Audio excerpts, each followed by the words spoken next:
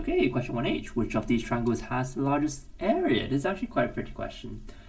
So they gave you 5 isosceles triangles with side lengths 10, 10, and something. Yeah. Okay, so let's try to draw some of these and see if we could eliminate some options straight away. So 10, 10, 1 is more thin, and 10, 10, 5 is slightly more like this, I suppose. Okay, is there a way that you could compare these two?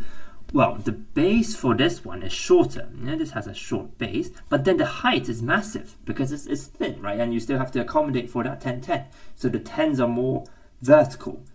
So the height is more. Although the base is shorter, the height is slightly more. It's hard to determine which one's bigger from there.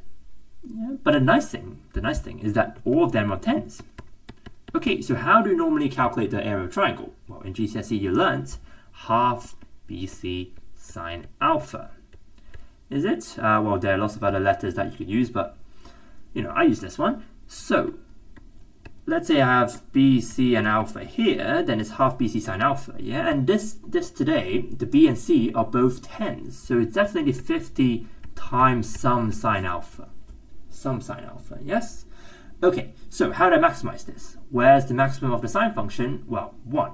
Yeah, the maximum of sine is 1, and therefore we need to find an alpha which makes it close to 1, I suppose.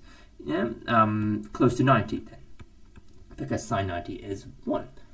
Okay, in that case, let's suppose that is actually 90. What would the third side be if it were 90 there? You do Pythagoras. Yeah, it will be 10 root 2. Okay, what's 10 root 2 approximately? I think, at this point, if you're doing MET questions, you sort of know that root 2 is 1.4 something. Yeah, some other values that are good to know would be, say, root 3. Root 3 is also good to know. Or like ln of 2. These values are very useful. Perhaps 1 over e, maybe sometimes. Because there are some exponential decay things, maybe. But, these are some general values that are good to know because you don't have a calculator in the exam, of course. So 10 times 1.4 something is approximately 14. Okay, and which triangle is the closest? Well, I think the 15 triangle is closest to the 14, so we will have D as the answer. Okay, now this method only works when the triangles have sides which are pretty distinct from each other, like 10 and 15 and 19, they're quite distinct, right? What if you have like 10, 10, 14 and 10, 10, 15? Well, then it's a close call. It's a close call, right? So what would be the legit way of doing it?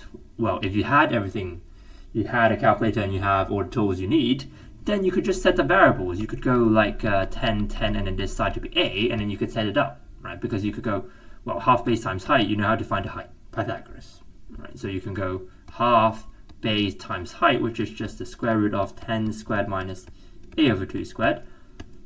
And then you could somehow try to maximize this function and find the A. Right? Now, that's very unpleasant, to be honest. Yeah, that's pretty unpleasant. So, nice question from them.